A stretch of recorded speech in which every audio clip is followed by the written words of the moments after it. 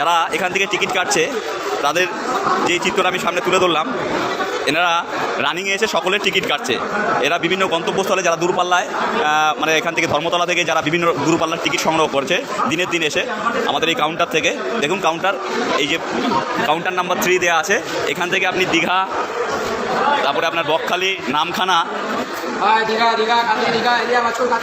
দেখুন এখান থেকে দীঘা, হেরিয়া, বাজকুল, কাথি, নামখানা, বকখালি, এছাড়াও বিভিন্ন দূরপাল্লার বাসের টিকিট আমাদের এই ধর্মতলা 3 নম্বর কাউন্টার থেকে, যে ডব্লিউবিটিসি সিটিসি দেখুন 3 নম্বর কাউন্টার। যারা দূর দূরান্ত থেকে এই ভিডিওটা দেখছেন তারা সকালবেলায় চলে আসবেন, ধর্মতলায় চলে আসবেন। এই 3 নম্বর কাউন্টার থেকে সকালবেলা থেকে টিকিট পাওয়া যায়। আমি একটু জিজ্ঞাসা করে নিচ্ছি, দাদা এই যে এখান থেকে যে আপনারা টিকিট কাটছেন, এই টিকিটগুলো মোটামুটি কখন কখন পাওয়া যায়? প্রতিদিন 6টা 15 ফার্স্ট গাড়ি দীঘা যাওয়ার, মানে 6টা 50। আচ্ছা, কাউন্টারটা ওপেন হয় কখন? কাউন্টার 5টার সময় ওপেন হয়, সকাল 5টায় ওপেন হয়। 5টায় ওপেন হয়। 6টা 15 ফার্স্ট দীঘা যাওয়ার গাড়ি, তারপরে 6টা 50, তারপরে 7টা 30, তারপর 7টা 45, তারপরে আছে 8টা, তারপর 8:30, তারপর 9টা 15।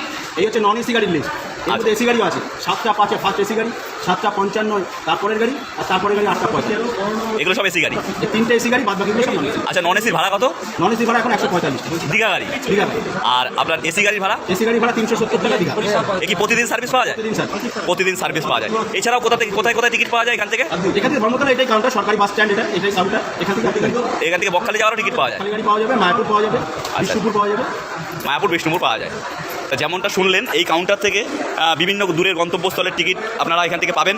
তো যদি আপনাদের ভিডিওটা ভালো লেগে থাকে অবশ্যই শেয়ার করবেন, আর দিনের দিন এসে এখান থেকে এই কাউন্টার থেকে এসে টিকিট সংগ্রহ করতে পারবেন। তো দেখা হচ্ছে আপনাদের সঙ্গে পরের ভিডিওতে। ভালো থাকবেন, সুস্থ থাকবেন, নমস্কার।